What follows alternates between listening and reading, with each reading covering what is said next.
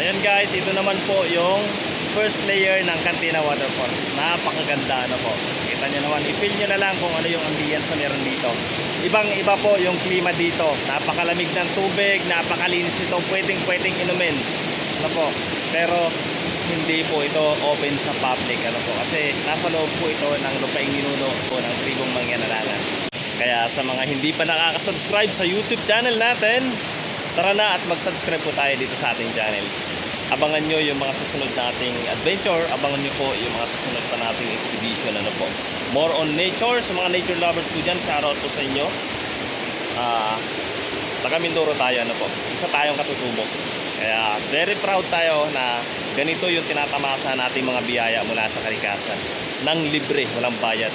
Napakalawak ng mga swimming pool natin dito. Yung mga kailugan natin dito. Napakalamig ng mga waterfalls natin. Napaka-natural. Ano po? Ito yung totoong kayamanan na hindi pwedeng nakawin sa atin.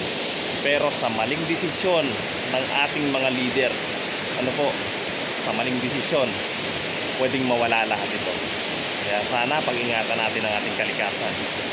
Huwag nating pabayaan na sakupin tayo ng mga banyaga na kung saan nagsasagawa ng mga illegal na activities katulad ng illegal logging, mining, kung ano-ano pang malalaking activity na pwedeng makasigra sa ating kalikasan.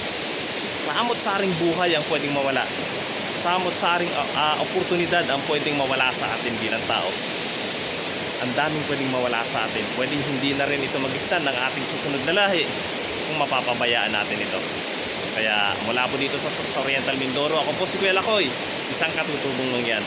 Sana suportahan nyo ko na gawin itong advocacy na to, na ipalaganap natin yung wildlife protection and prevention. Ano po? So kung mapadpad man kayo sa mga ganitong klaseng lugar, sana ay hindi kayo magkalat dito. Ano po? Yung mga basuran nyo, mga plastic na daladala ninyo, mapadpad kayo dito, sana naman dalhin ninyo, paguhin nyo. Huwag nyo iwanan dito. Kasi posibleng makasira yan sa ating kalikasan. At maraming buhay na pwedeng mawasak. Ano po? So ito ay itinuturing nating tahanan. Sa isang mundo tayo. Dapat natin itong pangalagaan. Siyempre po, kaya naman ganyan kaganda kasi itong waterfalls natin dito. Kasi naman, kita nyo naman yung paligid. Ano po, napapaligiran po siya ng samot-saring mga halaman. Samot-saring nilalang. Ano po, samot-saring buhay na siyang nagbibigay buhay din.